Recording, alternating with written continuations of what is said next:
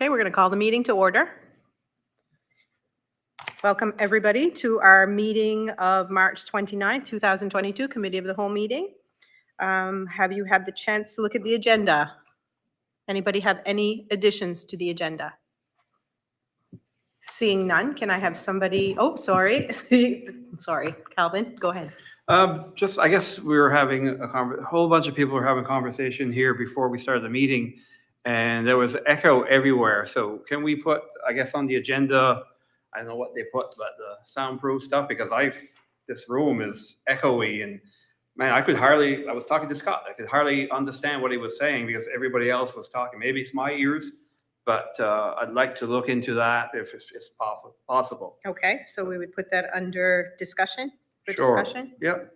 7G. Any others? Councillor Surratt. Madam Chair, could we move, if it was possible, if you would agree to move the, looking for the name here, I should have looked it up. Hold on a sec.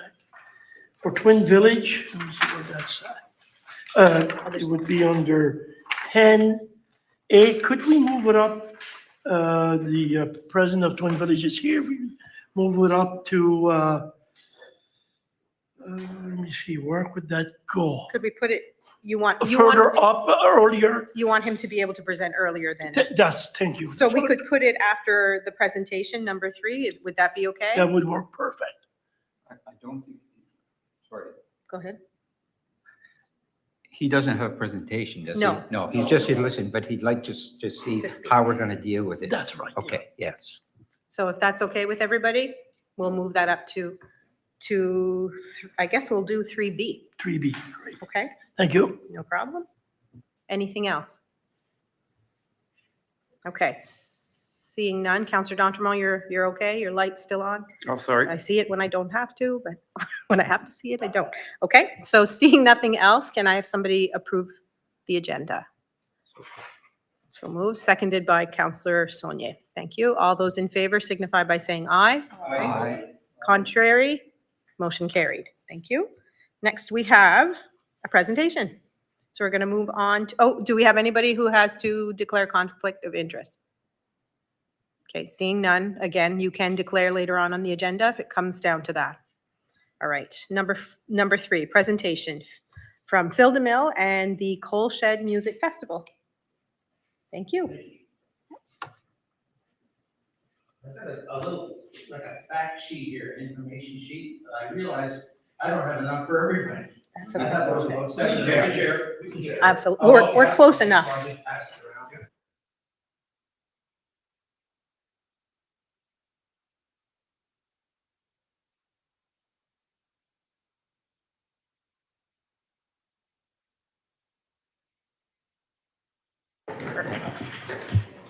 Okay. Well, first, I'd like to thank you very much for giving me the opportunity to just say a few words on behalf of the festival. I know that some of you are regular attenders. Some may be involved in one way or another. I would say that well over half of our participants in the festival are from the District of Argyll. So I'm sure you hear things about it as years go by. We've been going at it for 15 years. We started in 2007, and I guess in the beginning, just to give you a quick little bit of background, the town had approached me in 2007 wanting to have a festival. Now, they basically said that I had complained a lot about nothing was happening on the waterfront, which was right. I did complain about it. I said, it's sitting there, nothing's happening. They said, if you're so smart, why don't you do something about it? I said, they didn't say I was smart, but I'm willing to try. So the first year we did it for 2 days.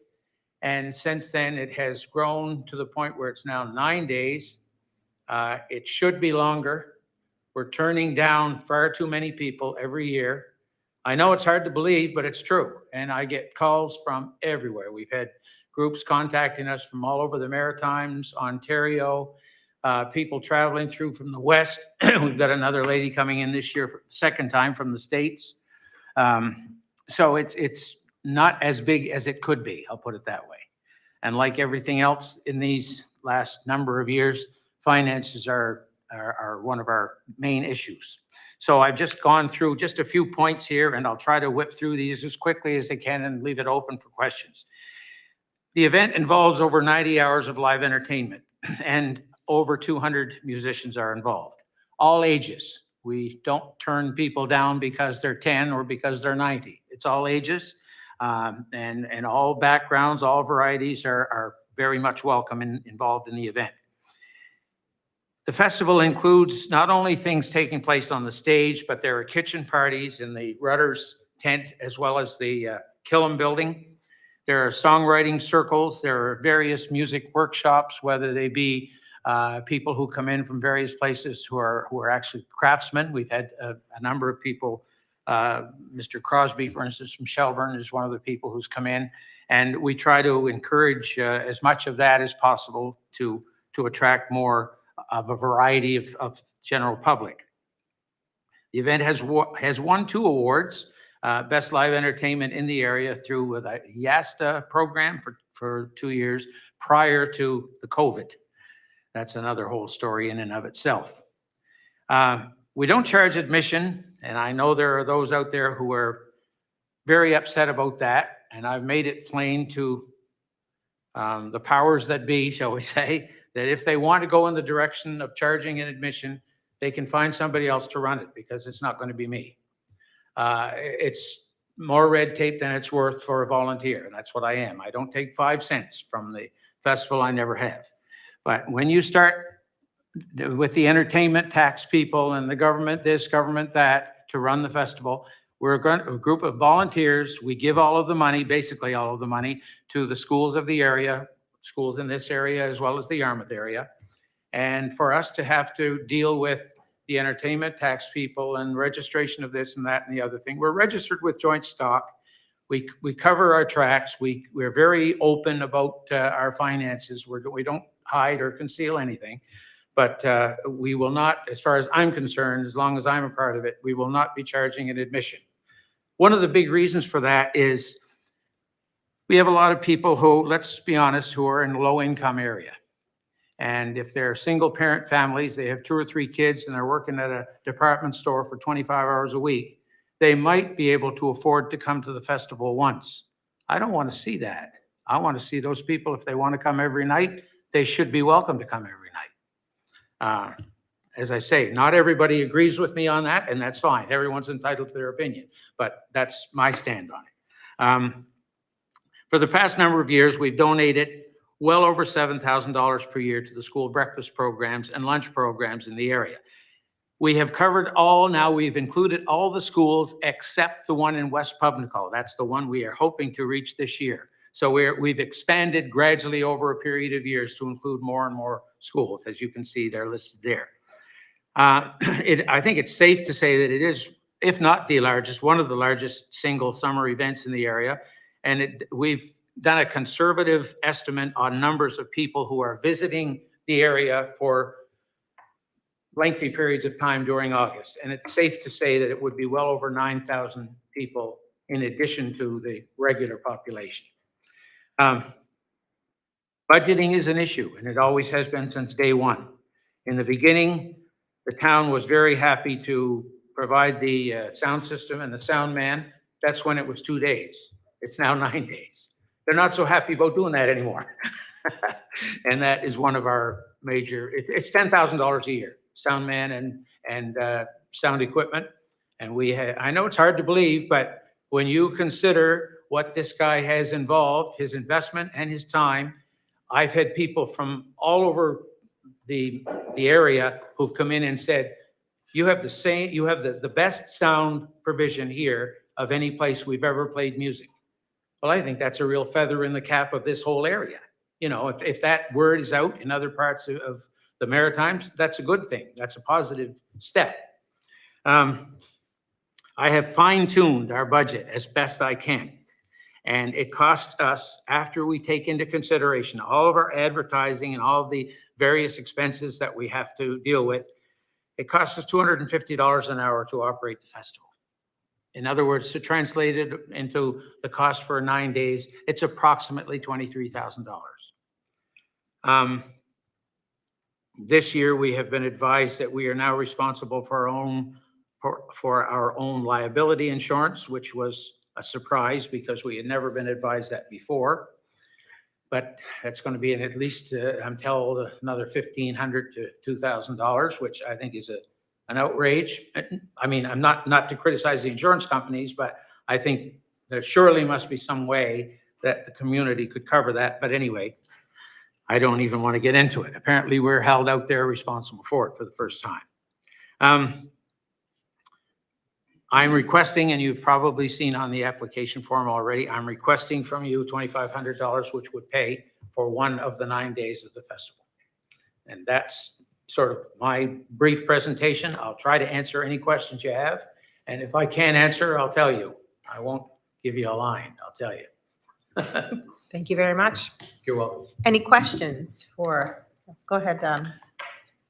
Yeah, I Councilor guess it's Johnson. more of a question for somebody on the staff. Is it gonna fall under grants to organizations, or is this considered like a special event? Did you put in an application to grants to organization? Yes. Okay. He's already put in an application. Okay, but I'm just wondering if it's gonna go in the list of all of them, or if it's gonna be dealt with Right. separately by council instead of council picking how much to give to each organization that applies for a grant. So Right. I didn't know where it was a presentation that maybe, because very few people make a presentation that Mhm. make an application, right? Mhm. So I didn't know if this was a special event that we looked at separately or not. So, The only reason I requested a few minutes of time is that I think events like this sometimes, the impact, I'll put it that way, of the event is not really understood by the average person unless they have, been told some of the details behind the scene and know something about what goes into it. My wife and I have devoted far, far too much time to this festival over the years, as volunteers, where we work on it basically 12 months of the year. And there's never a day that goes by that we don't get phone calls, messages, emails. I'm running here, running there, and we take nothing in return. I've never taken even money out for a phone call. And that's absolutely true. So I just think people need to know what it's all about before a decision's made. That's all I'm saying. CEO Muse, did you want to? just to follow up. Just to follow up on the question. Oh, go ahead. Yeah. Sorry. No, go ahead. You'll be more clear than I am. Well, the jury's still out. This will likely go under the grants to organizations for consideration, but whether council wants to include it or exclude this or others in that process is entirely up to you. Because it's an annual event, you could argue probably both ways, whether it's a special event or not. I know that we've had a history of Sea Kayak Symposium that's happened every couple of years, and we've had a tendency to look at that as a special event in our community. To answer the question, it really depends on, it will be included in your grants to organizations list, and then when you get to that point, you'll decide whether it should be included there or not. It's your list. Thank you. Go ahead. And I'd just like to point out, we get a list of all the applicants based on municipalities. You get a list for Argyle and get a list for Yarmouth. And the total that everybody's asking for adds up and exceeds far outnumbers the money we have to apply, right? Yes. So your 1,500 you might be asking for is what you truly need. But we go through the list individually, or 2,500. We go through the list individually and try to give each organization a fair portion. I understand. But nobody ever gets what they're asking for under that scenario. Mhm. Where that's why I mentioned a special event, like then we would deal with it and look at the $2,500. But if you're going under grants to organizations, I can almost guarantee it won't be 2,500. Is what I'm trying to spell out here. And so I would rather see it go under a special event because it's something that is important to the whole region. And yeah, so that's where I like to see it go. Okay. Well, you're in a better position to judge that than me because I had no idea that there was such a distinction even before. Counselor Sonia? Thank you. Thank you for what you do, Phil. I'm not surprised at the quality of your show because Yarmouth has a tendency to do things great. I've been involved in baseball my whole life, and Scott will attend to this. Way back in the 90s, we had baseball tournaments, and to this day, when we travel outside, none fit the quality that Yarmouth puts out. And that's not just baseball or music. It's just about everything that Yarmouth does. It does it better. So thank you for that. Back when we were doing our volunteer stuff, we had a lot of our money was raised through the public because municipalities were not keen back then into sports and events like this. They're a lot better than they were. The amount raised was considerable, and my question to you, the Yarmouth and stores in the area have a lot to gain from these, there's 900 people coming in. Do they support? Some do. Some do. Well, if you wanted to take a look at, I can show you a couple of the posters that we have. What I do with the posters each year, they obviously change every year, we put at the bottom the list of sponsors and what category they are included in, whether it's $200, $500, $1,000, whatever. And, we try to recognize them in that way if you want. So that's those are. So yes, some of them do. Many of the businesses especially in the downtown, if Hamilton's a clothing store, for instance, he's told me more than one occasion that August is his busiest month of the year. Really? And he's been an avid supporter of ours ever since the beginning, 2007. And there are several others. Yeah. We were, back in the day when we fundraised, we had people who should have participated and did not, and people that had no way of getting their money back through these events and yet did, just because they were part of Yarmouth. So, and we have some of those people who fit in that group always too. probably will. Yeah. And then you have others who you think, gee, why isn't that individual or that company or whatever, why aren't they doing something for us? You get a few of those too, but Yeah. And, there's it's just a mix. Yeah. Thank you. Thank you. Counselor Surratt? Phil, I see here liability insurance. So you didn't have it before? Going way back, I have to be careful how I word this. Yeah. I don't want to start criticizing people. Going way back to the beginning in 2007, one of the first questions that I put out at the time was, what are the liability issues here? I'm sticking my neck way out. I'm bringing these people in. I've got a large group of people on the waterfront. They're sitting on stages and so on. Someone falls or they could trip over something and get hurt. What are my implications here? I was told at the time that the area had what was called an umbrella clause for special activities. And I was not to worry about that was all covered and I had nothing to worry about. Here's where I guess I was guilty because I never questioned it again. I assumed that was still in place. And in conversation back 2 months ago or so with a certain individual, he said something about, have you got your insurance in place? And I said, insurance? And he said, yes. I said, no, I didn't think I had to. Oh, yes, he said. All events have to have their own insurance now.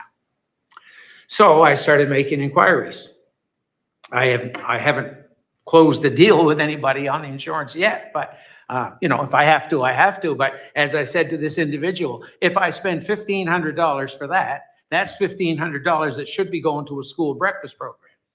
That's what annoys me, I would have thought maybe, like, if you wouldn't mind, Madam Chair, I would have thought that maybe where you're in town, and I'm certainly not suggesting the town has to do this, but they could put it under their umbrella plan.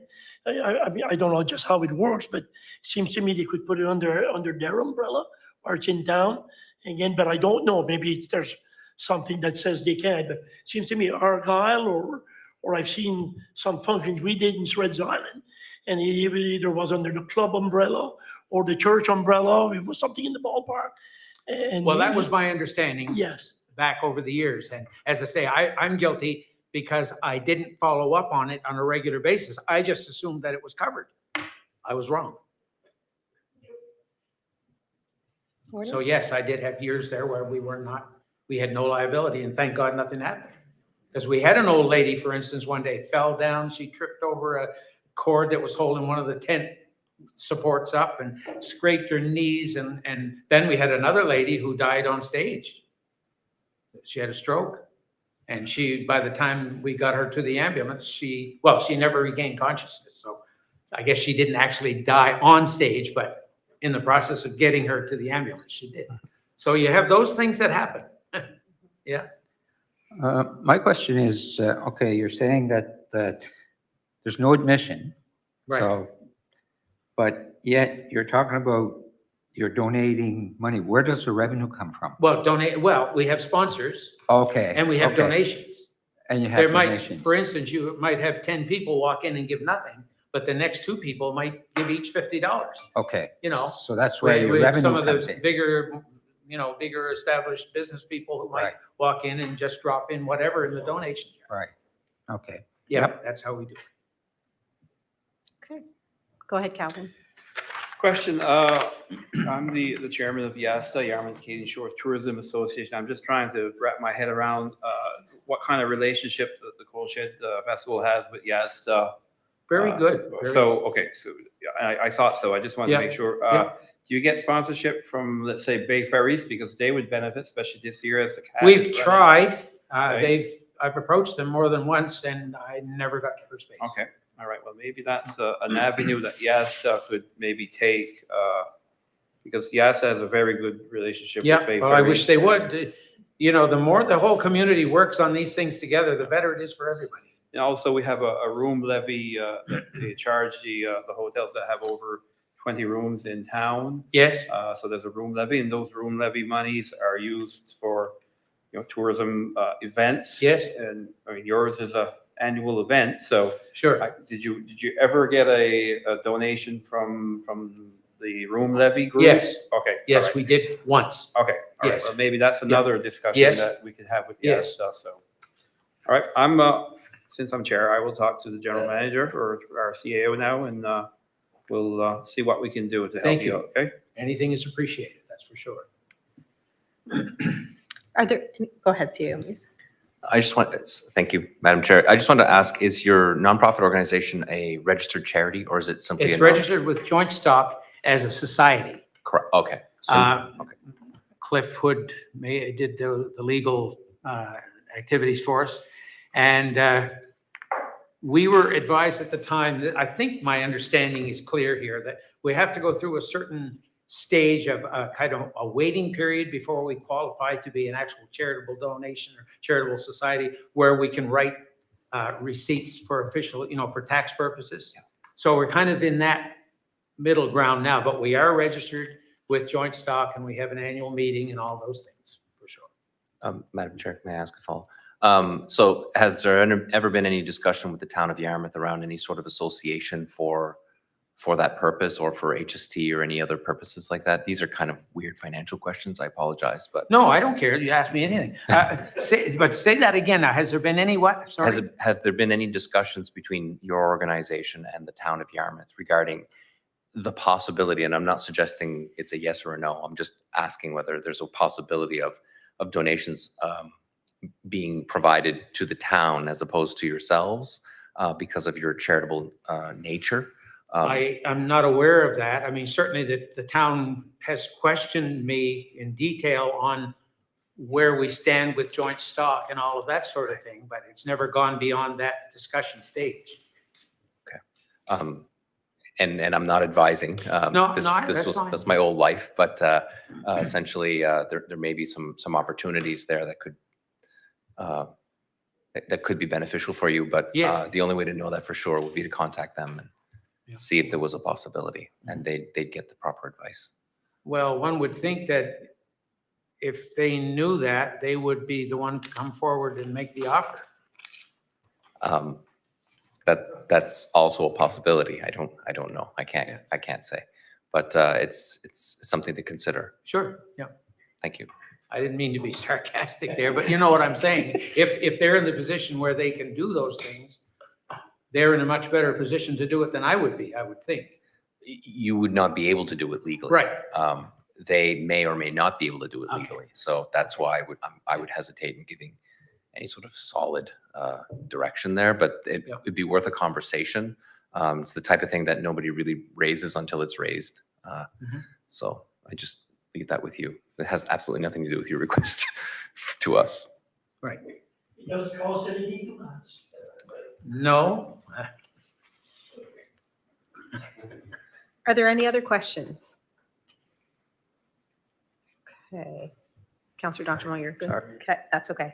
Okay, seeing none, we're going to move on. We appreciate you taking the time to coming in. Thank And you very much. as Counselor Donaldson said, when it comes time for our grants to organizations, I guess that'll be a time we'll have a conversation about whether it's a special event or whether Right. we kind of go with the whole umbrella funding. So, Sure.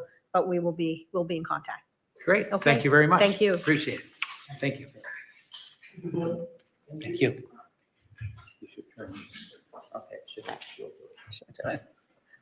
Okay, we will be moving on to 3B.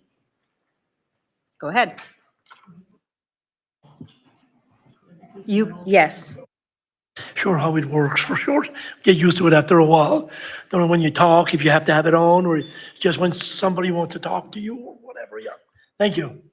Yes, it's an emergency request from Twin Village, and I'd like to give you the background, and I'd like to acknowledge that Ronald Borg, the president of Twin Village, is here for this time. So the lowdown, I'll give you the lowdown. About 7 weeks ago, Ronald arrived at the club, and he noticed that there's problems with, couldn't get any hot water or something. So he went and checked the hot water heater, not the hot water heater, the fuses, and finally went in the basement of the club. It's I've been in there. It's about 8 foot deep. It's got a gravel surface in the floor. There was about 3 feet of water that was in the basement. So of course the hot water heater was underwater, and they had to replace the hot water heater. I believe that was through the people that supplied the hot water heater. It was replaced, I believe, at no charge. Well, I think it didn't cost you anything for the. Yeah, right on. So anyhow, so when they saw this, every morning now he has to go. Ronald goes in and pumps the water out of the basement because they don't want to get it to fill up again. So they have to go and pump it out. And more than likely what's happened is the club is quite old, and the drain is a rock drain, and it more than likely has collapsed. So the water can't seep out, can't go out. So that's more than likely the issue.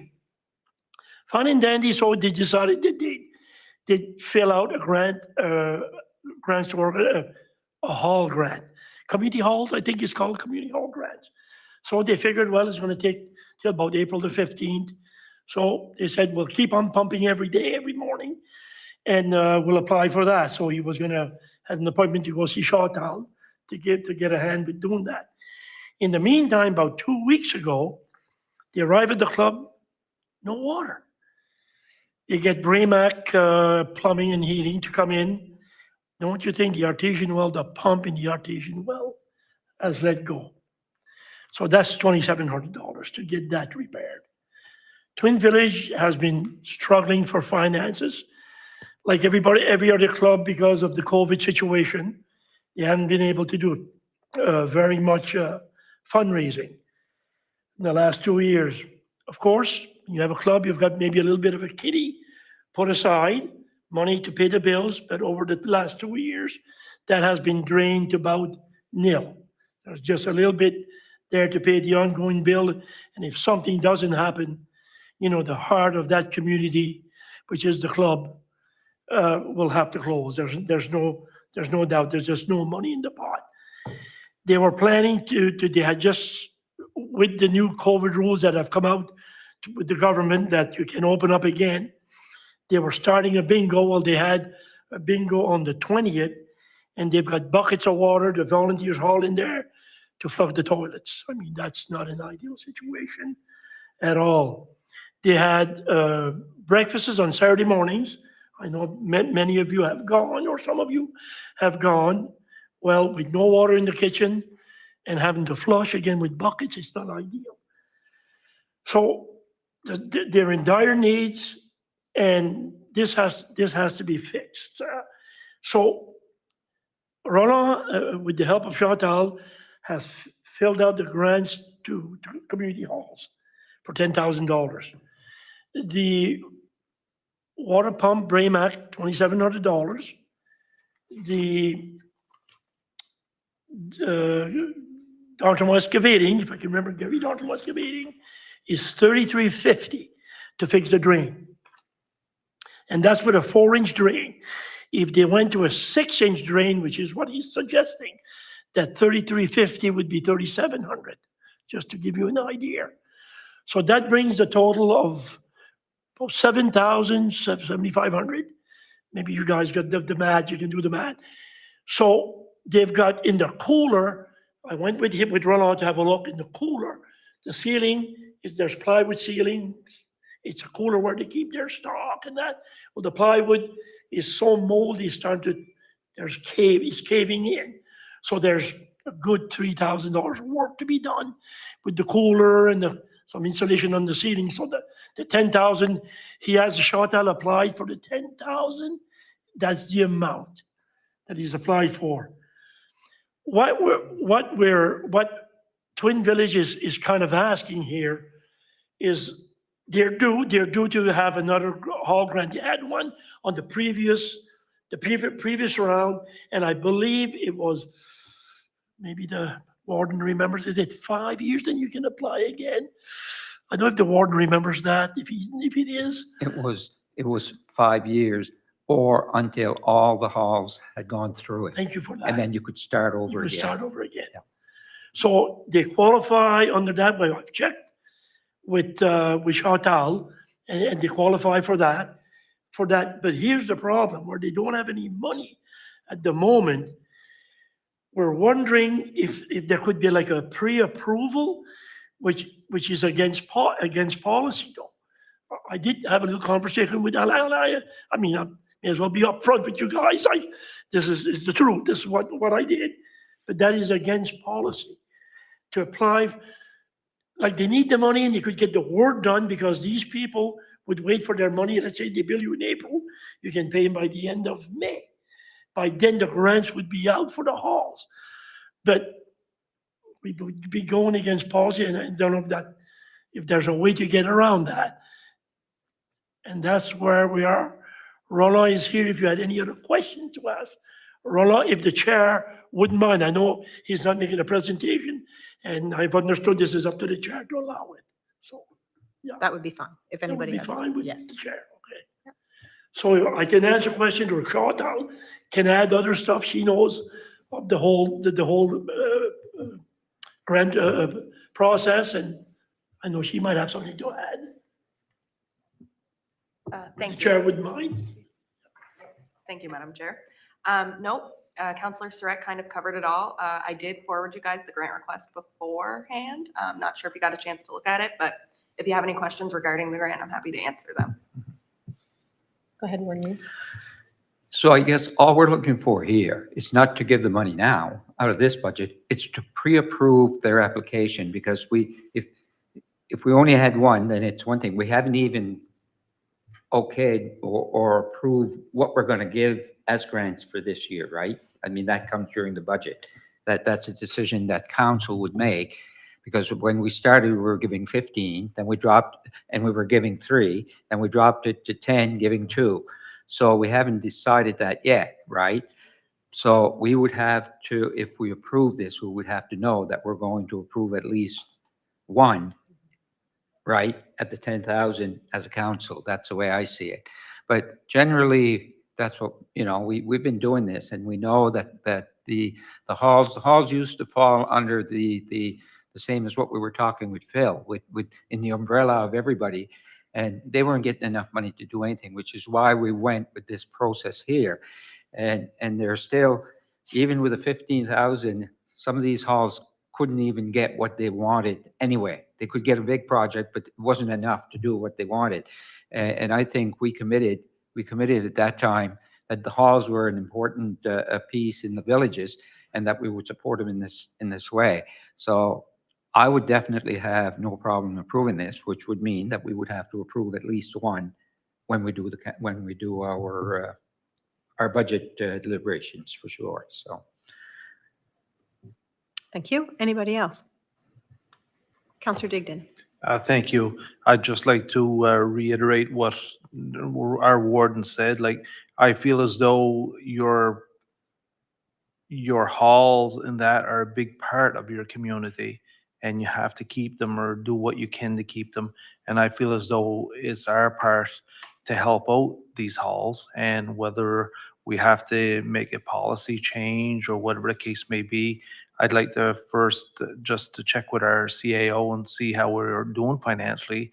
And if we feel as though that's going to be part of our budget, deliberations, if we'll be giving that money out to halls this year. And if so, I'd definitely like to see what we can do to help out these people in the hardship that they're having right now. Thank you. CEO Muse. Thank you for the question. Through you, the answer is this year is going to definitely show a considerable surplus. I'll get into the details later when the financial statement gets prepared.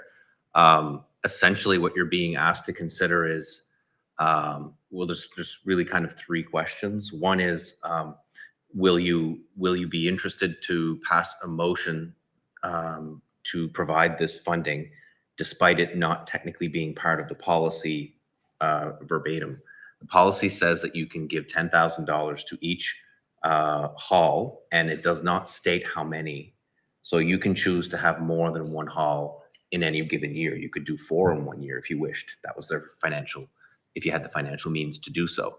So the policy is written that way on purpose to give you that flexibility. You have $10,000 in your budget. If you decided to spend that money this year before the end of March, it would double it. So it would put it out of budget, but you would still have a substantial surplus in the prior year. The other consideration would be whether or not you're going to include it in next year's application. So the policy is quite clear. There's an application program. The motion to do otherwise would be outside of the policy. It does not necessarily mean your policy is wrong. It just means you have an exceptional case and you've made a different decision. You don't have to necessarily change your policy in that case if you saw it as extraordinary. Okay. So I'd say that those are probably your features associated with that. And of course, whether you're going to do it or not, but you already have a program that supports community halls. So that part you've essentially decided.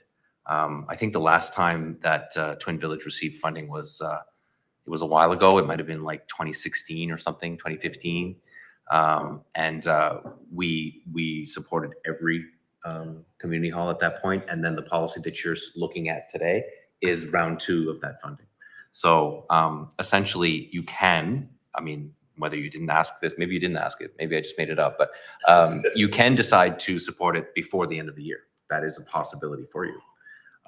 Or you can say, look, you're going to be in, but remember that means you might have to consider other applications when they come in during the regular course of the application. So I hope that enlightened you a little bit.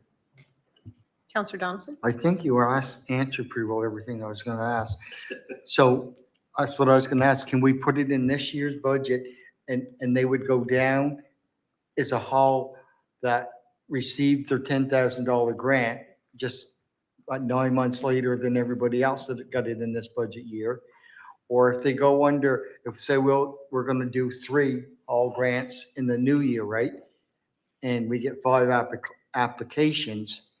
Are we going to approve their application over the other 4, like without competition, see who is entitled to the 3 we're going to give out of the 5 applications? So are we pre-approving that, or is it easier to put it in this year's budget that's we're already in? I think that's the way I like to see it go, and they would have their money quicker, and that would just, they just wouldn't be able to apply until we have another round of grants to halls, like after everybody's had a shot at.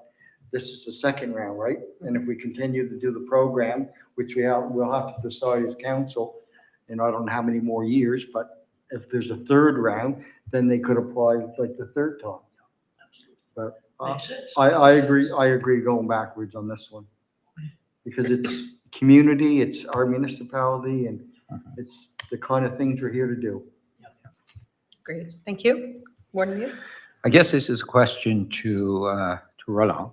And I guess if we were to go with the suggestion that Councillor Donaldson just made, then my question wouldn't apply. But if we were to approve this and you had to wait, you know that the contractors would do the work and wait for their pay. Do you know that? Have you checked on that? I've been told by Brainline Plumbing that they're very flexible with For the payment? payment plans. Okay, And I've had work done by Gary Donaldson. Yeah. And I've had to chase him down to pay what I owe him. there you go. So I haven't talked to Gary specifically for that. But Well, just don't chase them. well, I'm not being, I can't. No, I know. comment until I talk to him. Exactly, but, okay, so that was my question. But if we were to go with what was recommended there, you wouldn't have to do that because it would be out of this budget and you get your money once you have the work done, right? With the, that would be with the invoices, is that the way like if we were to give them that, we're just not gonna give 10,000, we're gonna wait for the invoices as they come in before we pay out the money. right? We would follow the policy. follow the And the policy, policy would be, which I is think, how it works. 90% upfront. Right. Yes. And then they would submit a completed report and Right. then we release the 10%. Essentially, what you're being asked to consider is whether or not you want to include it kind of retroactively to the previous year, and which opens up potentially room for your other clubs coming in next year on a competition. The alternative would be to say negative to that and say, no, you got to be part of the competition. But you still have discretion as to how many clubs actually get money. And they're going to get their turn one way or another. This is not necessarily a new investment. This is a speedier investment at best. Okay. Councillor Duque? Yes, but what I'm hearing, I'd say we'd be better off going retroactive and use the $10,000 up for these people if that's what they want. And then when the new round starts, again, go from there with the new round. I don't know if this is the right time to make a motion on that, or if Mr. Surratt would like, Councillor Surratt would like to make the motion, being as though it's, but I'm just asking, we're just talking here and we're just talking, so just to keep things going, that's all. I'd certainly like to make a motion that we approve the $10,000 retroactive for this year. I don't know if that's the right wording, retroactive for Twin Village. Okay, is there a seconder on that motion? Okay, Councillor Sonia. Question? Yeah, I guess I was just to be clear on the surplus, when CEO Muse, you were talking about the surplus, is the surplus, you said, is it the hall surplus or the total budget surplus? Which surplus? Just so I'm clear. It's the total operating budget of our budget, not okay. any community hall budget. Okay, all right, yeah, thank you. Go ahead. Just to answer the question on the motion, now the motion's been made and seconded, I guess you can't undo it now. But we typically don't make a motion after a presentation, but we didn't have one. So we had an application. So you haven't operated outside of your normal practice, just in case you're wondering.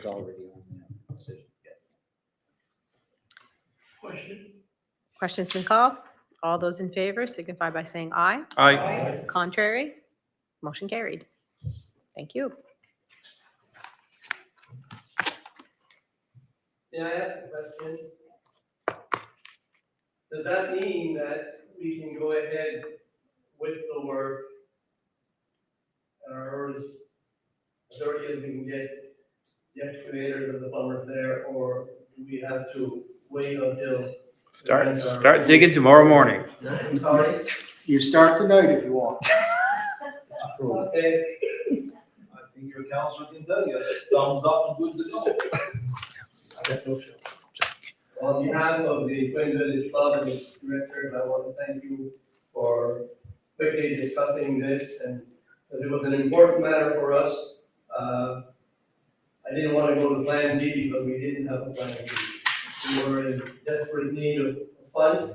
If this had happened pre-COVID, we were okay.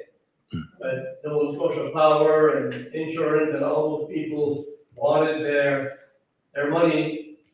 And when you've got, no matter how big your barrel is, you're taking more of what's coming in, you see the bottom soon, and that's where we were.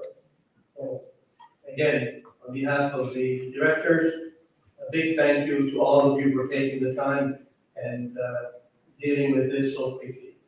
It's appreciated. Thank you. You're welcome. CEO Muse. Just an operational thing.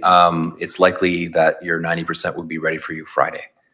So just when you're ready to, I mean, you're not going to pay the bills immediately, but it should be this week when you get your first installment. We could always wait until the work has been done and pay the people and then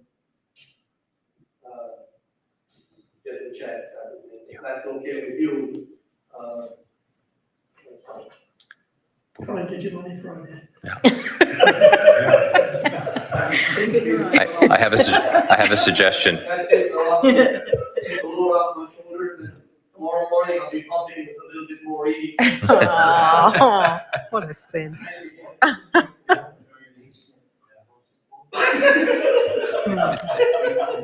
Little Brown. Thank you, Rama. Thanks for coming in. Thank you. Yes. You can stay if you want. Better the hockey game is on. I hope the Bears win. That'll be a good night. Get the Hawks win. That's why I didn't want to wait. There's a hockey game. Oh, I see. Gotcha. Okay, we're going to keep going. We're going to move on to number 4, adoption of minutes. So in 4A, we have the regular council meeting minutes of March 8th. Can we have somebody move those minutes? Thank you. And seconded by Councillor Digdon. All those in favor signify by saying aye. Aye. Contrary, motion carried. 4B, we have the minutes of the special council meeting on March 18th. Moved by Councillor Surratt, seconded by Councillor Boudreau. Any questions on those? All those in favor signify by saying aye. Aye. Contrary, motion carried. 4C, special council meeting minutes of March 21st. So moved. Moved by Warden Muse, seconded by Councillor Saunier. All those in favor signify by saying aye. Aye. Contrary, motion carried. Number 5, business arising from the minutes. So 5A is a letter of support sent to the Prime Minister regarding Universal School Food Program. We had a conversation about this at our last meeting. The warden had brought this up. So there's a letter that was attached to the agenda just showing our support for this program. It's there for information. It's been sent. Yeah. Yep, as been far as I sent. know, it's been sent. Okay. Any questions on that? Okay. Yes. Drumlin Heights has a pretty successful breakfast program going now. In fact, both of my volunteers for this year are out of that program. And they have a lot of people donate and volunteer, so this would be a great help, so, Absolutely. okay. Being in the school system, it is true, right? Like we have so many people, so many students that use the breakfast programs. And I mean, even when we shut down for COVID, one of the reasons that we did go back, if you remember the Premier saying, that's one of the places where kids, their food security comes from schools. So you'd be surprised at how many kids are actually being fed through the school system. I know it's heartbreaking, but that's why this is really important. So I'm glad to see that we are supporting this. It is. Until you're in it, it is. Breakfast programs are a big, big thing in every school. Breakfast programs, snack trays, food in general. So, yeah. Next, we have 5B, letter of support sent to Invenergy. So we had a presentation as well about the potential wind farm application that is being put through to the province. So this, they had requested a letter of support, so I hope you've had the chance to read this letter. I thought it was really well written. It was, good job, you guys, good job. Thank you. So, good job, you guys. So they requested a letter, drafted a letter. So are there any questions on that? They're starting some buzz in the community about this. I'm not sure if you've heard and seen, some good, some not so good, but I mean, anytime there's something new, right, we hear from both sides. And we're starting to hear some things about it. So it's good. All right. 6, financial summary, February 2022 operating fund. CAO Muse. This one is mine. Thank you very much. Thank you, Warden Muse, for writing that letter. It's really appreciate the help that you had from your father, who was an English teacher for many, many years, right?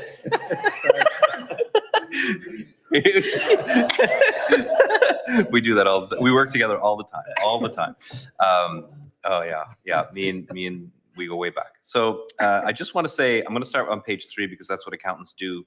They confuse you by starting at the end. So most of you have picked that up already. So financial report shows an operating fund surplus at the end of February. This is an estimate because we still have some prorations, and obviously we still have one month, well, 2 days to go essentially, but this is back in February. Operating fund surplus of 368,242. That's your money. The actual surplus is a shade under 400,000. So the rest of the surpluses are shown on page 3 and where they actually belong. So there's 4 other surpluses that are not our money to spend, and one would be the Wedgeport sewer, second West Pubnico sewer, third Tuscott sewer, and the last is the East Pubnico, both the Middle East and the Lower East Pubnico surpluses for the utility. Each of those amounts, when they come in at the end of the year, get transferred to your operating reserve. With the exception of East Pubnico, any revenues and accumulated surplus that they would have has been accumulated over many, many, many years. Sometimes it's used on projects, etc., but that's usually done with the approval of those subcommittees. So some of you have been on these subcommittees. You may not have seen surpluses being spent, but they do. They when project comes up, they typically get included from time to time. The East Pubnico is the only exception because we received a $260,000 what the province called a divestiture fund. So when they gave us the asset, they also gave us $260,000 to pay for the liabilities. We're not going to get into whether that's enough. Of course, it's not, but we're not going to get into that tonight. But other than the surpluses that are generated by the utility, there's an additional $260,000 set aside for that purpose. So that money gets spent on projects that you've seen this year, one of which is the East Pubnico well in Middle and also Lower East. So if those funds are used for that purpose, and we try to get other funds to match, and we did in that case, we had a COA funding for a little less than 50% of the project. So that's a long way of saying we've got 4 funds that operate and that we manage, either on behalf of ourselves or on behalf of the residents. So I'm going to go on page 1, and I'm going to blast through as quickly as I can. By the way, the Director of Finance sends her regrets. She could not attend. She would otherwise be presenting this. The total revenues are up fairly substantially, and the big part of that is your detransfer tax. You've heard this a million times. So just to give you an update on that, your 208,000 or 209,000, 208 up over your budget for the end of February. This would be the biggest, Wow. biggest overuse. That detransfer tax is by far and away, not even close, the biggest number we've ever seen. So it makes it real fun to budget because it's all over the map. So I think I did send you an email back in like summer, I think, telling you that this was going high. So if you save that email, it would be interesting to go back and check to see how right or wrong I was. So, but we're up 208 at the end of February, and so we have 1 month to go still. So the offset there is you'll see a negative $147,000. That's your transfers from your own reserves. So each year, what we do is to balance the budget, if we're spending a lot of money, we get it from the operating reserve. So we only get it if we need it. So what we're saying is we're not going to need it this year for sure, which is why we're showing it drastically reduced. So that surplus I just told you is even more than you think, because you would have used your own money to break even in your budget. So that just goes to show how significant your detransfer tax revenue increase is. How long will it last? Well, I just know that the real estate is still hot, but I don't know for how much longer. So two things drive that is the amount of transactions that occur. You get 1%, the buyer has to pay 1%. And so there's also the value of what they're buying. So two things are happening. It's happening more often and at a higher amount. So your 1% is a larger number, okay? And mostly out of province buyers, which is also true.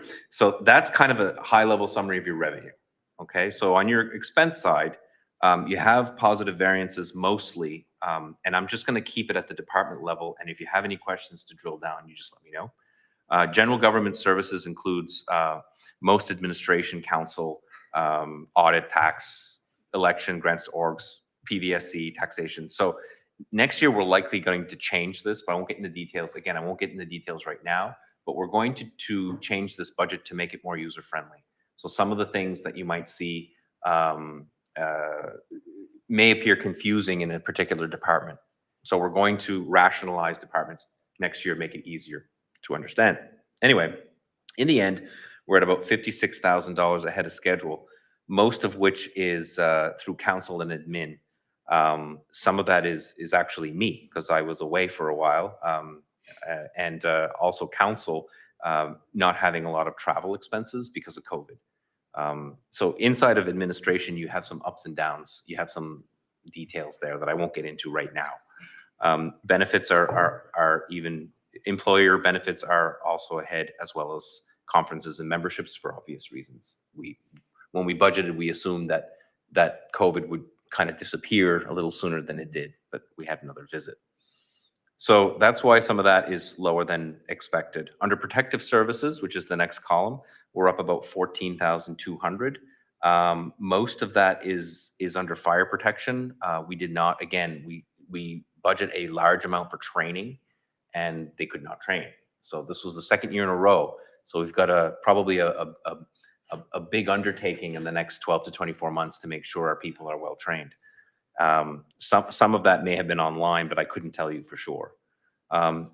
Public Works and Facilities and Water went through quite a bit of changes with staffing and allocations. So you'll see some negative and you'll see some positive. One of the biggest reasons why we would be a little bit behind in Public Works is that we've intentionally kept 2 building inspectors after John retired in December. So January, February, March would have had them both working very, very hard for us. So that was one of the major reasons. Transportation services is bingo. It's right on. We know that number at the beginning. Environmental health services is up 31,000. Again, East Pimlico Water, the expenses are down considerably compared to budget, but so is the revenue. So the revenue did drop as well from less use of water. So you might see a savings there, but there's also a loss in the revenue side. Tusket is ahead as well. But again, a lot of that is timing. March, we'll see a lot of activity, so that may come down before the end of the year. Garbage collection is another savings. I will say that that's usually an estimate of how much garbage we actually produce and pay for. And one of the other things I would say is the price of fuel actually impacts our contract.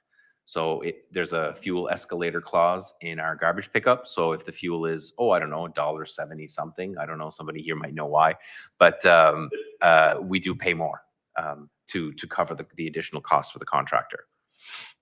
Environmental health, a lot of that is just lack of billing. So we'll see some bills come in March. So it is up 45, but I expect it to be a lot closer to maybe 10 or 15 before the end. So usually we get billed a second portion for both medical clinics in March or April for March. Okay, so public health is as expected. Environmental, sorry, I repeated myself there. Public health is actually, I made a mistake. Public health is has been prorated to the budget. It hasn't been billed yet. That was correct, but it's actually been prorated. So it's not showing too little expenses. My apologies.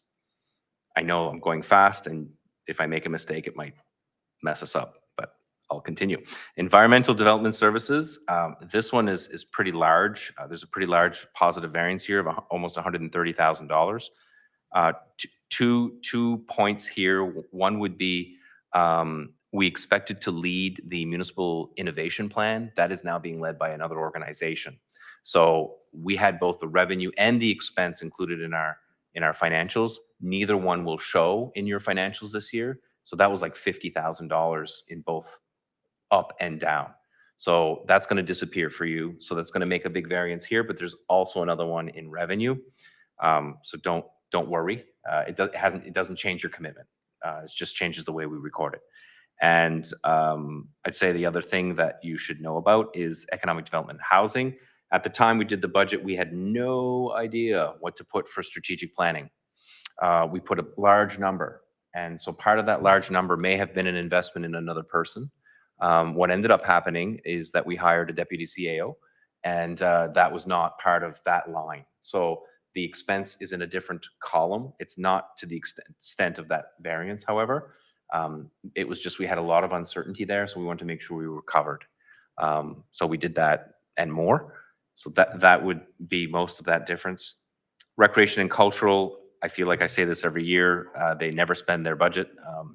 I do know that the Tuscan Courthouse and Museum is currently, if you pass by there tonight, you'll see that they're digging holes and they're connecting the wells between the two organizations so that they can have access to water, potable water in both locations.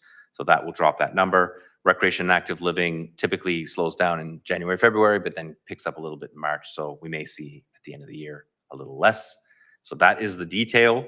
I'll stop there. And if there are any questions or comments or concerns, I'm happy to answer them. And I will just stop by saying that we did not contemplate any additional transfers to cap 2 other reserves. So there's no additional expense in your income statement that shows that we're sending money somewhere else, okay, at this time. Usually what we do is we wait till March, and then we decide whether or not we should be doing something about it. Okay, thank you. Councillor Surratt? A couple of things. RCMP, Protective Services, have you had any numbers or indication of for next year's budget? I know it's not totally about this, but it is in finances, I guess. It's an excellent question. You're looking forward. Thank you. The RCMP costs are expected to go up by about 11.6% at a minimum. That does not include any retroactive pay that the RCMP officers may be entitled to. How that gets figured out, I still don't know. Keep in mind that we are on a provincial contract, so we share that cost with the province. How that gets shared, I couldn't tell you today, but we're up. It's going to be probably one of the biggest increases that you'll have next year is the RCMP costs. A follow-up, just one more question. And again, receivables. So it doesn't show here because you're prorated, so we're always seems online.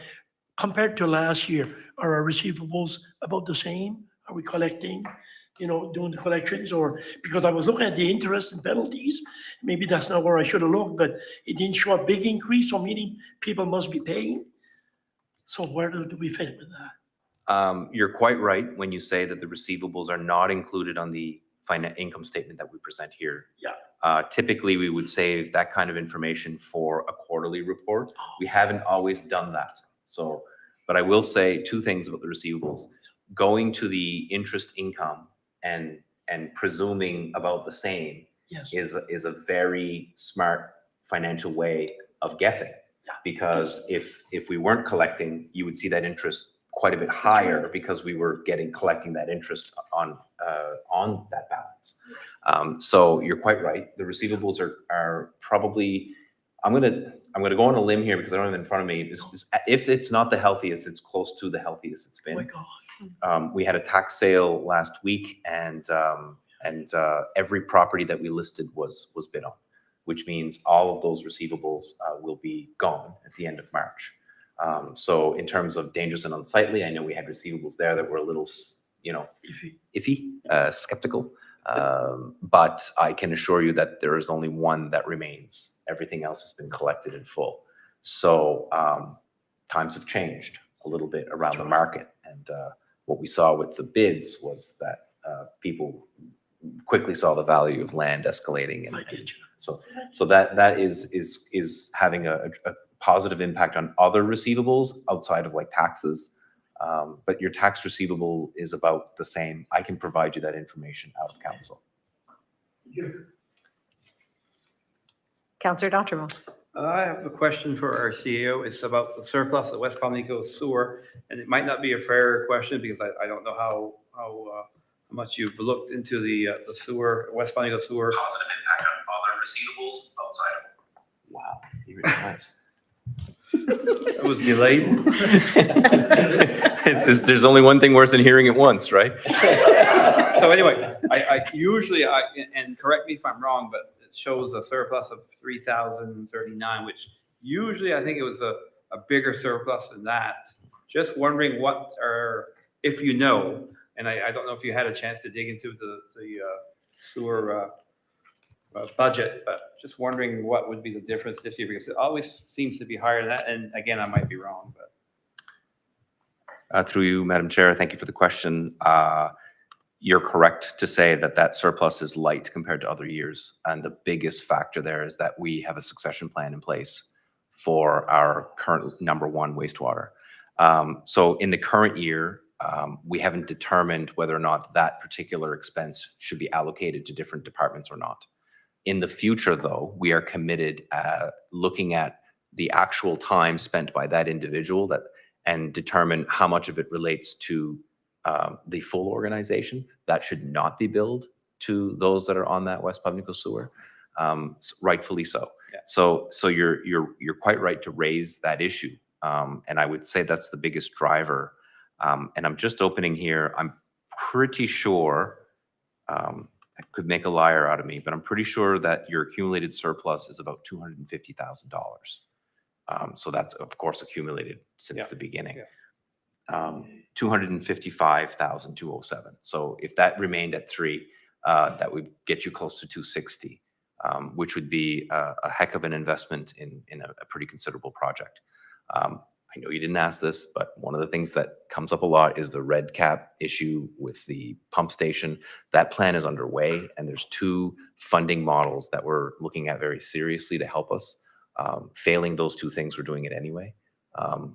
But it may put more pressure on us and the residents to pay for that job. We think that we can get at least half paid for by the province. We're fairly confident, and Kyle, our Director of Operations, is fully aware of the project. He's on top of it, and he's on top of the applications as well. Great, thank you. You're welcome. Are there any other questions for CAO Muse? Okay, seeing none. Do you need a motion to approve that, CAO Muse? To accept, okay. I'll make a motion. Thank you, Councillor, and seconded by Councillor D'Entremont. Any questions on the motion? All those in favor signify by saying aye. Aye. Contrary? Motion carried. We're just- We're still raising our we're hands. we're still raising- It's true. And that's why when the lights are going on, I'm looking for raised hands. No, you're just, it's true from Zoom, right? Yeah. That's why I'm not seeing you, just so wave to me if I don't see you. Yeah, I noticed the same thing. Right. Oh, Maybe we should introduce ourselves again. yeah, maybe. Okay, we are at number 7A, 7 for decision, 7A, municipal accessibility plan amendments. So we have the accessibility plan in front of us. Do we approve this? This is for approval tonight. Have you had the chance to look at the amendments of the plan? Yeah. Okay. Are we set to, how do people, oh, sorry, go ahead, CEO Muse. Just that you've approved it already. Okay, So you approved a first draft. So we didn't highlight the changes for you. We typically do. Mhm. We didn't because there were quite a few, and we didn't want to confuse with all the yellows. The process, just so that you understand the process, the Recreation Director, Natalie, led the changes. Her and I worked through the project. And the biggest change from the point of your initial approval and now is the chronology on the back. And at the end of the day, the chronology on the back is really that's your bread and butter. That's going to be incorporated in your capital plan over the next 5, 7, 8 years to make sure that we meet our obligations to be, as accessible as possible by 2030. So, and there's nice pictures there too that our IT person was kind enough to assist us with, because we didn't know what we were doing. So that's the biggest change. The recommendations and everything are it's just a different wording. Mhm. But really, again, it's the chronology on the back that I would point to you. Okay. Thank you. Counselor Digdon? Thank you. The only thing I'd like to say about that plan is there was a lot of work put into it by a lot of volunteers and that, and they done it from their heart. There's no say they didn't. So I just feel as though we should thank them as well, because it's a great plan. I read through it and Mhm. it's well done. Yeah, thank you. Any other questions on that? Okay, somebody willing to make the motion to approve the changes? Okay, Counselor Digdon, seconded by Counselor Saulnier. All those in favor signify by saying aye. Aye. Contrary, motion carried. I did. 7B, we have, excuse me, a letter of support, Hope Dial a Ride. Oops. We've had a presentation from Hope Dial a Ride in the past, a couple months ago maybe. So they have put in a formal request. How do we feel about this request? This is a bit of a different, we had a meeting with Hope Dial a Ride yesterday. Yeah, yesterday.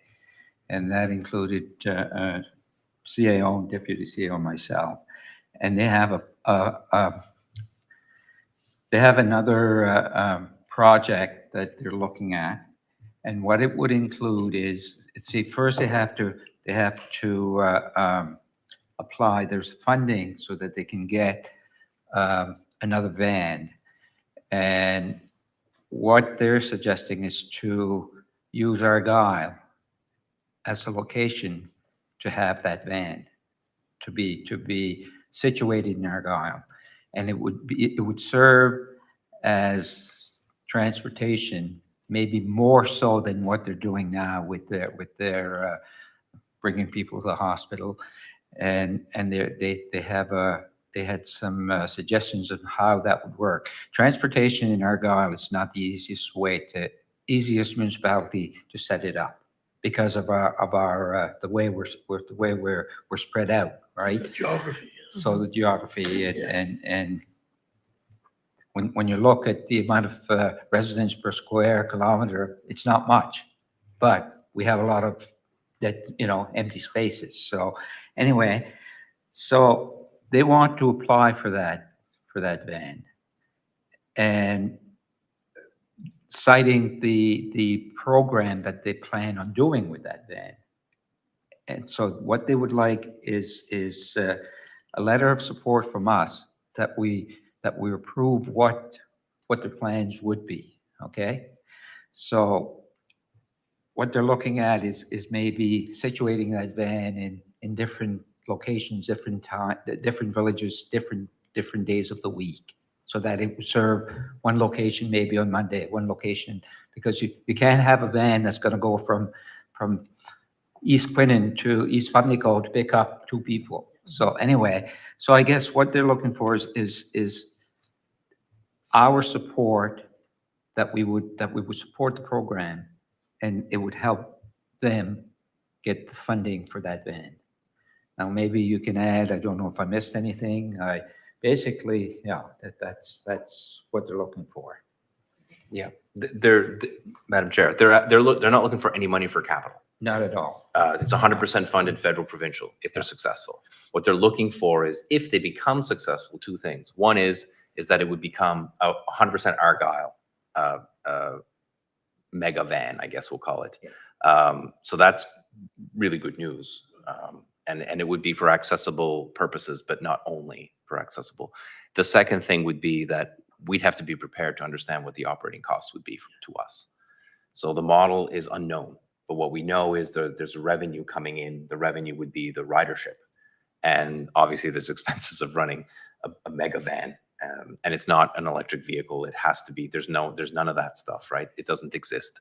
So it's going to be, your regular run of the mill mega van. So you as council and as a municipality would have to consider what that would mean. If they had the funding, the application is going to go in on April 7th. If they had the funding announced in, let's say, June, it would take probably a year before they would even get possession of anything. So this is not a right away fiscal issue, but it gives you enough time to consider, A, is this a good plan? And if you think it's a good plan, then it gives us a year to figure out how we're gonna partner with them to share an operating cost. And that could look like a million things. Right now, we don't know. I would only say that the two individuals that came to meet with us yesterday, it was kind of last minute, but they were extraordinarily intelligent people. They were really progressive, forward-thinking, and really had Argyle in their thoughts. And I think that started, quite frankly, with the accessibility group that reached out to them a number of times around the need to be more accessible in Argyle. So I give full credit to the committee and to Kim and others that were on that committee. So that's what I would add anyway, being part of me. Thank you. Any other comments, questions? Oh my God, I can't see him. Councillor D'Entremont, go ahead. Well, I guess we just passed the municipal accessibility plan and transportation. It says, municipality RLs help fund the new accessible Hope vehicle provides I guess, part to, the plan, right? So I guess since we've passed the accessibility plan, I'm pretty sure we can support the letter, so. Thank you. All those in favor signify by saying aye. Oh, you had a question. Sorry, Councillor. Not so much a question as just a statement. The whole organization has been running a long time and taking care of a lot of our residents for a long time.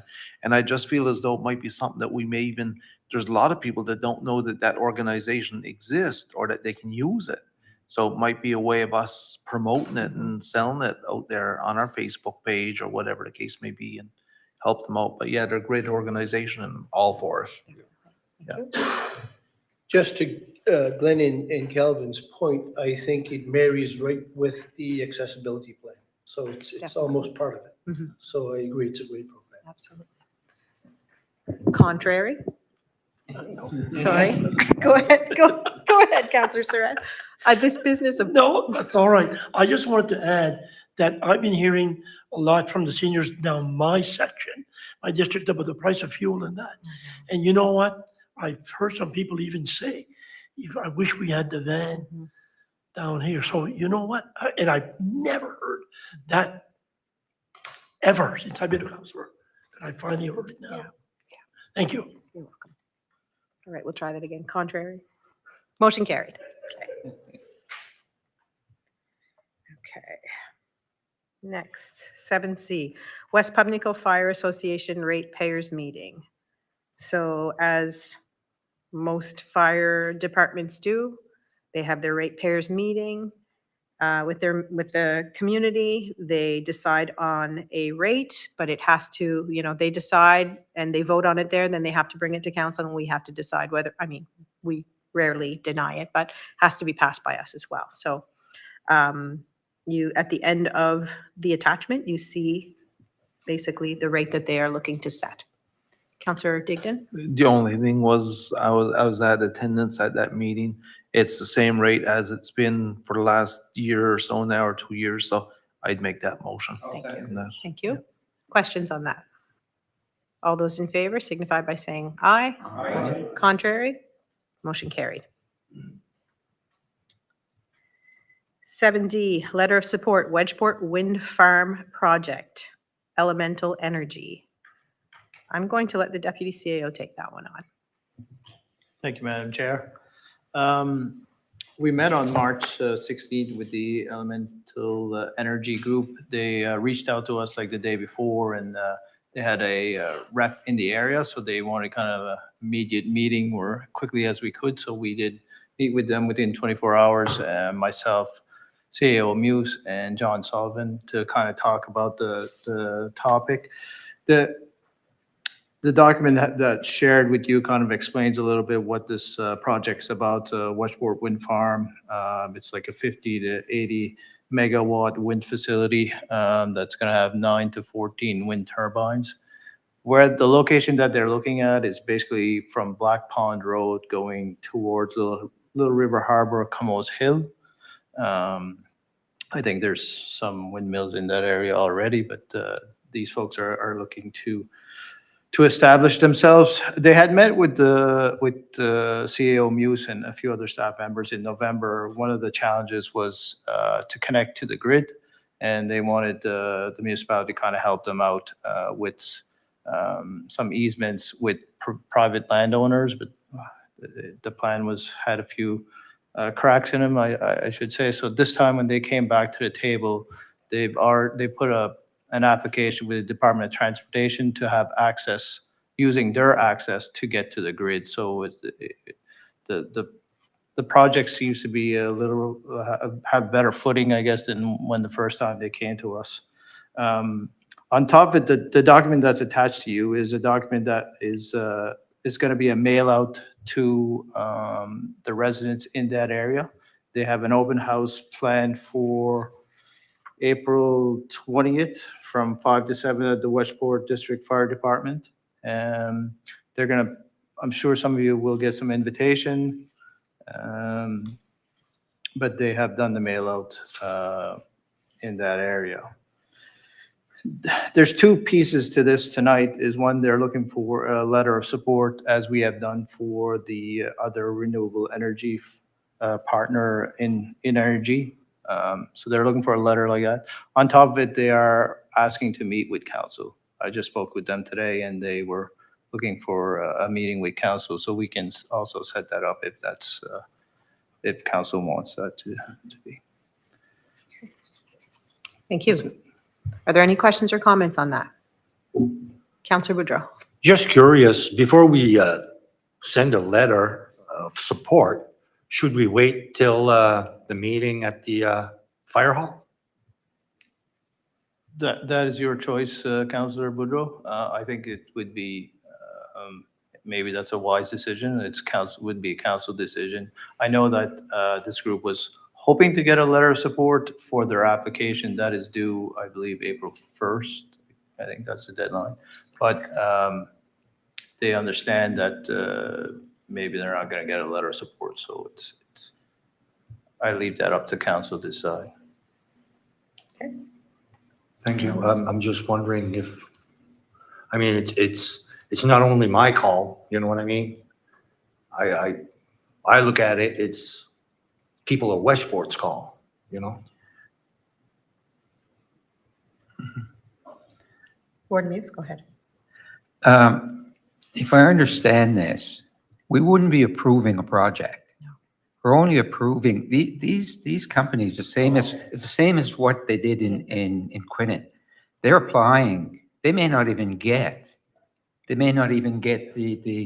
project going, depending on what the government decides. So I guess what we would be approving here is the same as what we approved for the other one, that we approve their application. If they get their application, then it's a whole new ballgame. Yeah, totally understand now what you're Then saying. we have to Yeah, decide perfect. Yeah. if it fits where Yeah. it goes, if the whole works, right? Yeah. So this here, and I think it's a good thing to at least approve the Yeah, application. for sure, yeah. And then wait to see what happens. Okay. Right? Yeah. Same as what we did there with the other ones. Yeah. Totally understand what you're saying. Okay? Thank you. Yeah, because it's not the project Yeah, we're approving. yeah. Did you want to speak to that? Yeah, I will. I Okay. totally agree with Warden Muse. I mean, I think what they're looking for is a letter similar to what we already sent that would talk about, the municipal planning strategy and the land use bylaws to make sure that they follow those. It's not really in support. It's just, we're open to business for that type of industry, and they need to follow our bylaws and follow the municipal planning strategy. So I think that's the request here. Counselor Sonia? Thank you. They want to meet with council, do they? I think that would be a wise thing to do, and to do, I would say ASAP. And we get all the information we can get before we move too far. But I agree with the application. But I still think we should entertain them and meet with them. Thank you. Definitely. Any other questions or comments on this one? So how do we feel about the letter of support? Are we willing to make that motion? Okay, so it's moved by Counselor Boudreau. Do we have a seconder on that? Seconded by Counselor Saunier. Any more questions on the letter of support? All those in favor signify by saying aye. Aye. Contrary? Motion carried. Aye. How do we feel? How do we feel about, do we just consensus to have them meet with us? Or do we need a motion for that? Motion's always something that we follow through on. Okay, so is there somebody willing to make a motion?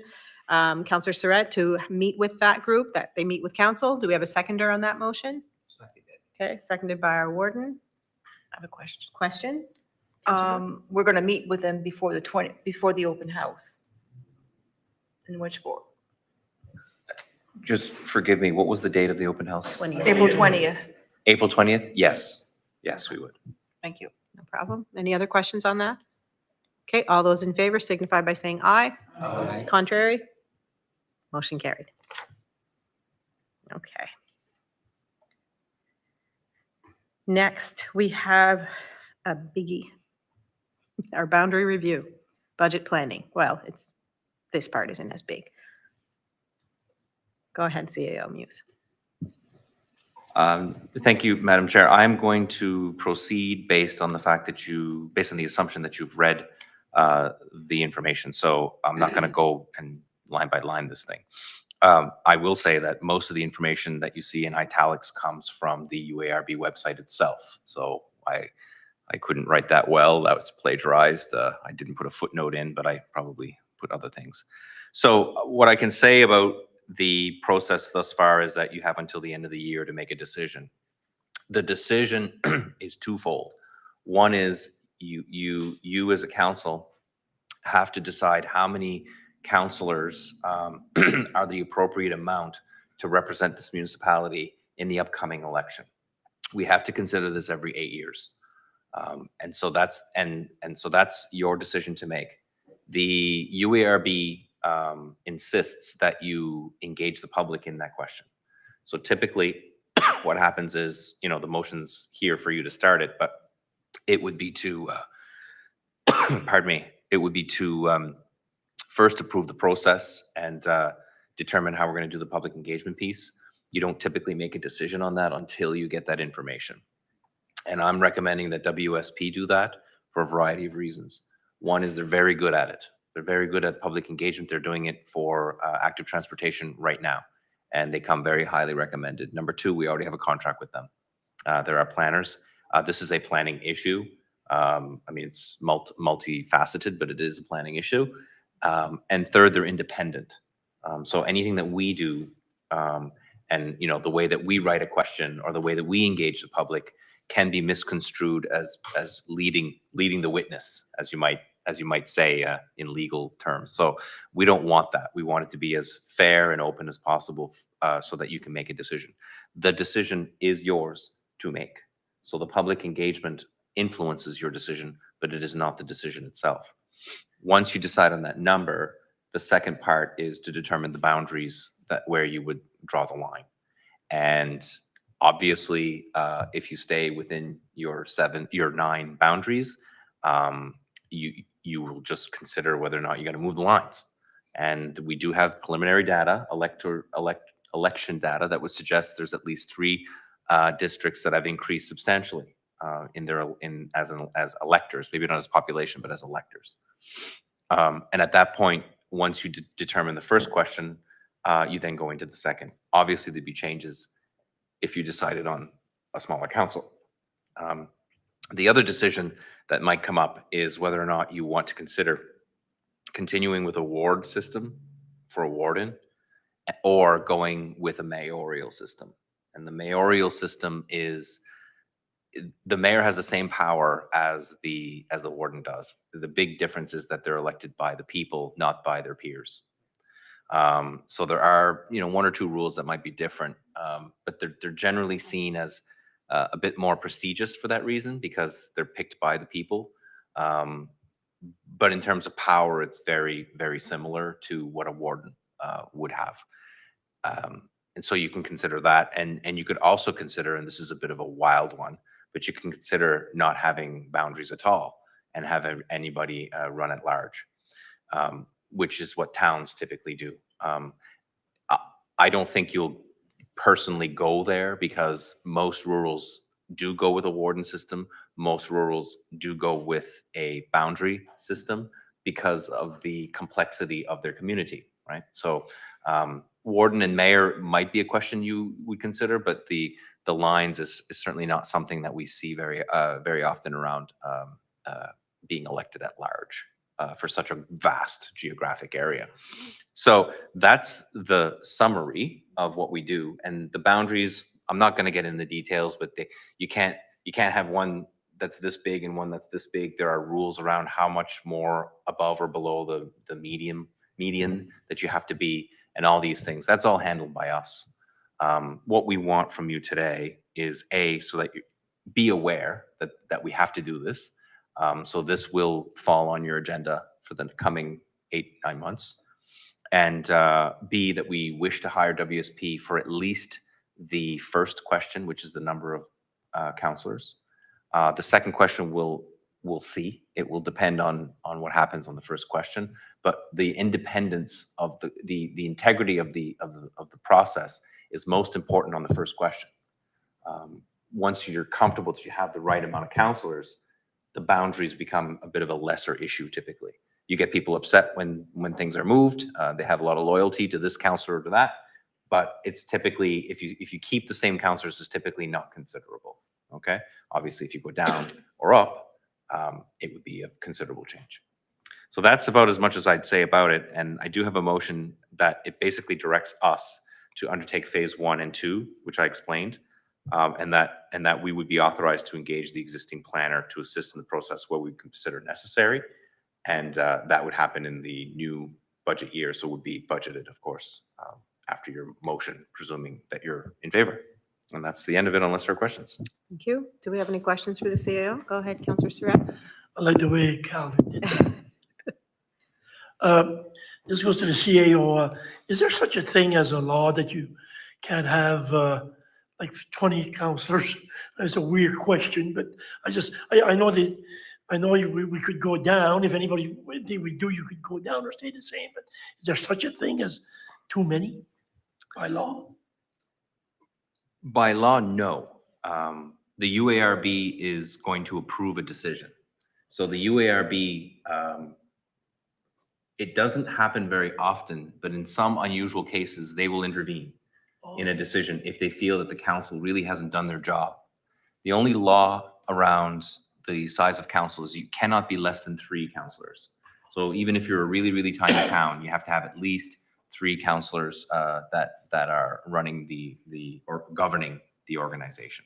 Insofar as maximum, there is no law, although I think the UARB, if you decided that suddenly you would go from 9 to like 14, they might have a question or two, and they may not approve your request, but there isn't a law that says that you can't. Yeah. Thank you. No problem. Councillor Donaldson. Yeah, I guess I'm going to just make a couple comments so that bring up the new counselors because they weren't here 8 years ago. we actually talked about downsizing the number of councillors and had our community meetings. And the trouble we run into, like West Pimlico is the community. If you're gonna downsize like to one councillor, then that population for that councillor has to be matched for the other districts. So it may like from East Pimlico to where do we end up stopping, up in Neilbrook or Sarah somewhere. So I mean, and in the community meetings we had, the people wanted to maintain the cultural community interest. And that's why we ended up sticking with 9, because we wanted to downsize, but there was really no way of achieving it and keeping the community of interest. And I feel we're going down the same road again this time too. But like I've always supported a smaller council, because there's councils, our population have a lot less a number of councillors than we do. So yeah, so that's what we run into the last time. And so we'll see where it goes this time. And by the way, Clark Server has a lot of councillors. The joke down there's one in every other house. I get you. Councillor Doctorow. And to add to Councillor Donaldson's comments, I guess Argyle is kind of like a hand with all these fingers sticking out, and all these fingers are communities that, you know, have a lot of historical and, you know, so it's kind of, when it came to culturally and community-wise, it's kind of hard to separate them, because, you know, even though geographically or as the crow flies, we're not that far apart, you know, as the hand and the fingers, it's, you know, it kind of separates things, you know, where a community, let's say like, you know, municipality of Clare, for example, there's a whole strip along the shoreline, right? Which is community after community, you know, so, but anyway, just using that as an example. So anyway, yeah, that's right. Yeah, that's right. Yeah. Thank you. Any other questions or comments? So this motion that you have, the recommended motion that you have, it's to start the process, basically. That's what we're looking to do. It's to give us permission essentially to budget spending as well, because it's not just our time, we're also using a contractor. The amount I couldn't tell you, it really depends on how much engagement we wish. But I can assure you that, you know, when they came back with something, it would be brought to your attention. For sure. Is there anybody willing to make that motion? Make that motion. Okay. Second? Any other questions on the motion? That's what you wanted to do? Sorry. Okay. Seeing none, all those in favor signify by saying aye. Aye. Contrary? Motion carried. Next, we have 7F, Mariners Center, Mariners on Main budget. CAO, Muse? It's mostly for information, because I would recommend deferring it into budget. So just to say that the Mariners on Main set up a budget last year, and they're going to come ahead. It'll be lower for you before the end of fiscal. So what they decided to do is reduce the billing this year before the end of the year. Typically they go all year. So they'll reduce the billing, so you'll have less of an expense by the end of March 31st of this year. That's good news. However, what you'll see is that the budget is up there again this year. And I think the culture of budgeting has changed with the new CEO. I think the CEO is very conservative, so usually aims a little higher. If you might remember, we used to think it was going to be this much, and then suddenly we'd get a bill for 18,000 2 months after the year end. So it was always kind of lowballed. You know, it was coming at us out of forgiveness, not out of permission. So now he's asking permission. So anyway, I really don't want to have you debate this now, because I'd rather you debate it with all the other expenses, because you got to look at the whole picture, right? But if you look at that, you'll see that it's a fairly significant investment in both aquatic and ice rentals coming. Will it change in the future? Probably. But some of the fears around an expansion, around how much it's going to cost, take a good look at these numbers. We might be closer than you think to the scarier numbers that they talk to us about. So Basically, I'm just asking you to take a look at it, remember it, put it aside, and defer it for the budget deliberation if you don't mind. We need a motion to defer? Yes? For that? Yes. Okay. Is there somebody willing to make that motion? I'll second. Okay, moved, Counselor Surratt, seconded by Warden Muse. Any other questions or comments on that? Okay, seeing none, all those in favor signify by saying aye. Aye. Contrary? Motion carried. Next, we have 7G. Counselor D'Entremont, soundproofing of council chambers. Yeah, I guess I don't know much about soundproofing, but we did it on the other 3/4 of the building or whatever, so do we need it in this building? I guess is the question. When we're debating like this and one person is talking at once, there's not a problem, but when we were, before the meeting started, we were all just chatting, I was talking to Scott and I could hardly, I was like, because there was so much chatter, and maybe it's my ears or maybe it's not my ears, but just wondering, I guess, how much it would cost to, do you call it soundproof? What do you call it? I don't even know what you call this. Soundproofing a room? Anyway, somebody got an answer for me? I can give it a shot. I think there's other people in this room that might have more. This is the only room that actually has soundproofing in it. If you see those wooden slats behind it, there's a sound absorption. Part of the problem that we're having across the building is that there's really nothing absorbing the sound. So we've got high ceilings and nothing absorbing. You can do all sorts of different things, but I won't get into the details. All I will say is that we have privacy issues in this building. This room being the best one. So if you're having issues with this one, you can imagine that others might be a little worse. We are looking at white noise and other echoing technology to be installed, particularly in our offices. So when we built this office below budget, one of the ways we did that, or one of the fancy ways we did that we might be regretting now, is the walls don't go all the way up. They stop at the ceiling. So the sound will go around and in. So there's really not a lot of privacy in any of our offices. So we have to deal with that. That's an issue. Like we've had a couple of issues where information was misheard or heard outside of it being appropriate. That's not really acceptable. So we use the boardroom when we can, and we've tried to deal with it there too. So we have echoing, we have noise. I think we're in the process of developing a plan and to bring it to budget to council, sorry, for the future. It still will not put us over our overall budget because, and this is my opinion, the sale of other properties associated with this building ought to be a reduction of the overall cost of the project.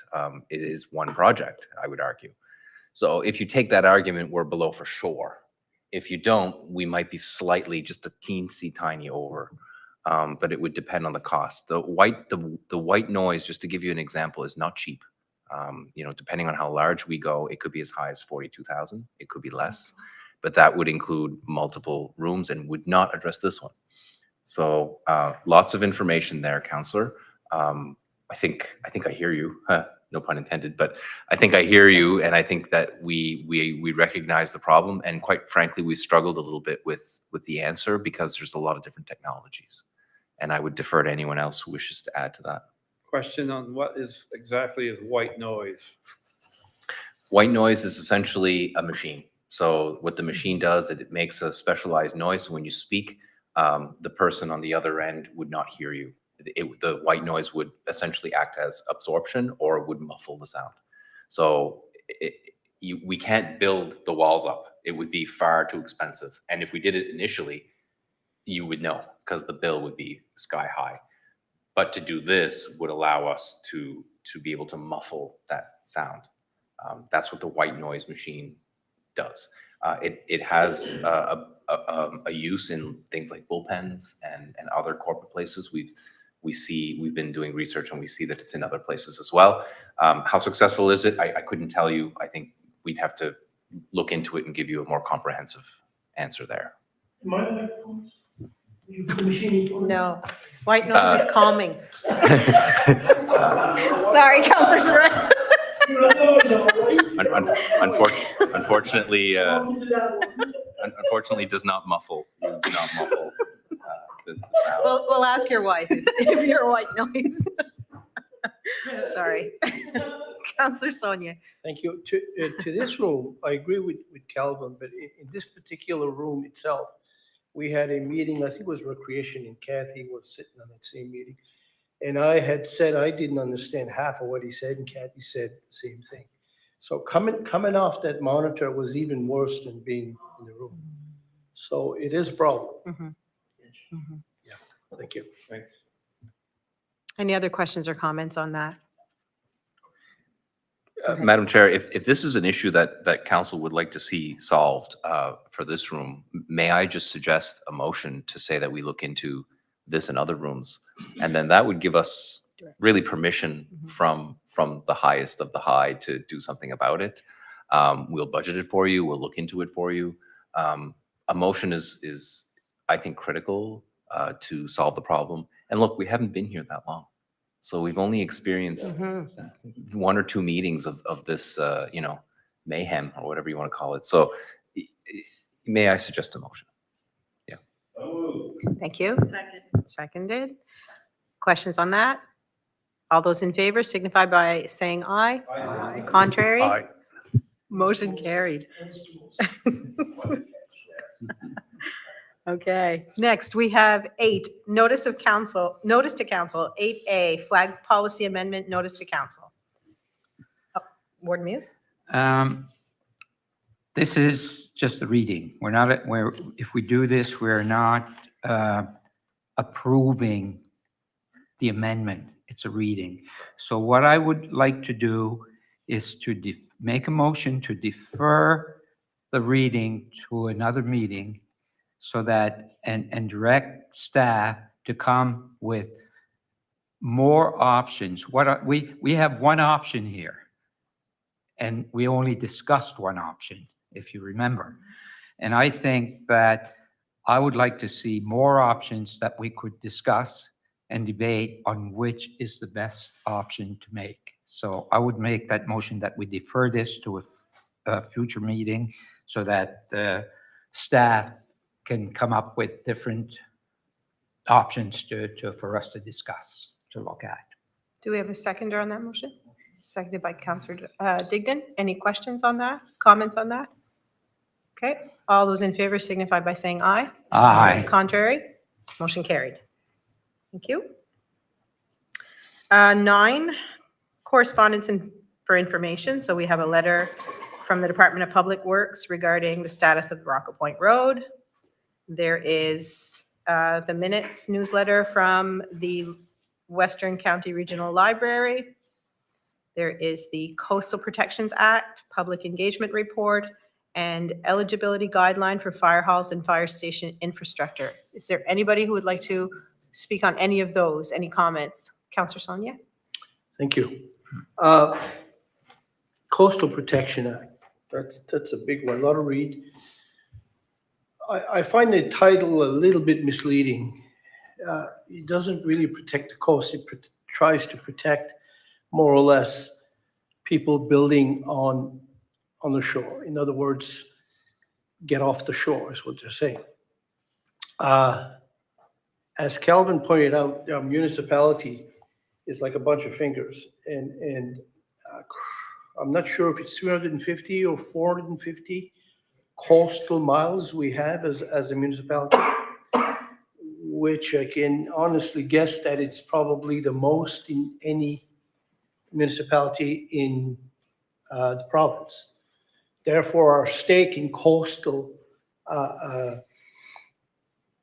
protection would involve much more people, much more land. And these fingers, everybody lives on the coast. So I'm saying that I don't like all the restrictions that can be put on all these people. And being such a coastal community, in pushing houses back, it looks like they're trying to satisfy more or less insurance claims rather than protect. the actual shore, to be honest with you. And I see an expense for surveyors and whatnot for anybody trying to get a permit. It's probably gonna cost the municipality even more to have one on hand. I just don't feel right with the act, that's all. That's all I have to say, thank you. Okay. Thank you. Anybody else on any of those items? Did you have something, or is that from before? No. Okay, Before. before, okay. Anybody else on any of those items? Okay, Counselor Digdon. I'd just like to back up what Councillor Sonia has said, because we've heard about this Protection Act before, getting right into the point of where people may need to go out and get engineer reports done and all that before they could build the house and, or whatever their plans were. Engineering, costs a lot of money, so it could put a very big price tag on their plan that they never banked on. So I'd definitely be like Councillor Sonia and Ted, and tread lightly on this with this one. Mhm. Get all our facts straight before we make a decision. Thank you. Thank you. Counselor Surratt. Just a comment on the eligibility guidelines for fire halls and fire station infrastructure. I might have asked this before, like as a CAO, did the Eelbrook Fire Department get a hold of this thing about the fire hall application? This is quite new. Probably the answer is yes, but I just wanted to know. Through you, madam, Yes. I would just suggest that they knew about it before I did. There you go. There's Very no, good. there's no confirmed amount outside of your contribution, which is now set at 200,000, but that would be out of your capital reserve. This may open other conversations for you. Thank you. Anybody else? Okay, seeing none, we're going to move on to our next items. Financial requests, 10. We've already dealt with 10A. 10B, we have a district community grant request, Dennis Point Harbor Authority for Councillor D'Entremont. $500. Second, is there a seconder? Seconded by Councillor Digdon. Questions on that? The amount was $500. All those in favor signify by saying aye. Aye. Contrary, motion carried. The next one is for Pubnico Point Trail Association for $500, also Councillor D'Entremont. Seconded by Councillor Surratt. Questions on that? All those in favor signify by saying aye. Aye. Contrary, motion carried. The next one is Société Beautemps d'Argyle, $500, also for Councillor D'Entremont. Second. Seconded. Questions on that? All those in favor signify by saying aye. Aye. Contrary, motion carried. Ladies Auxiliary of West Pubnico Fire Department, also for Councillor D'Entremont. Seconded. Question? All those in favor signify by saying aye. Aye. Contrary, motion carried. Fédération Culturelle Acadienne de la Nouvelle-Écosse, Councillor D'Entremont. Second. All those in favor signify by saying aye. Aye. Contrary, motion carried. It was the Councillor D'Entremont show tonight. Next, we have Abrams River Wharf Committee, $500, Warden Muse. So moved. Do we have a seconder? Seconded by Councillor Saunier. All those in favor signify by saying aye. Aye. Contrary, motion carried. And Hubbard's Point Community Center for $500 for Warden Muse. So moved. Seconded. And all those in favor signify by saying aye. Aye. Contrary minded. Motion carried. And next, there are no other financial requests. Next is agenda topics for the next meeting or notice of motion by councillors. Anybody have anything there that they would like to add? Councillor Digdon. This is just not a notice of motion or nothing, but something happened here this evening that I was very proud of as a councillor for the municipality of Argyle. You people all know that my heart and soul is in this community, this municipality. We had a gentleman requesting, a club requesting some emergency funding, and it went over great. And that's what makes me very happy to be part of this organization and a councillor for this municipality. Thank you. Definitely. Thank you. 12, question period. Okay, There's Did you no have- question. from no the public. questions, okay. So now for number 13, we have an in-camera item, contract negotiations. So can we have a motion to go in camera? Motion to go in camera. Second. Okay, all those in favor signify by saying aye. Aye. Contrary, motion carried. I'm gonna go in camera.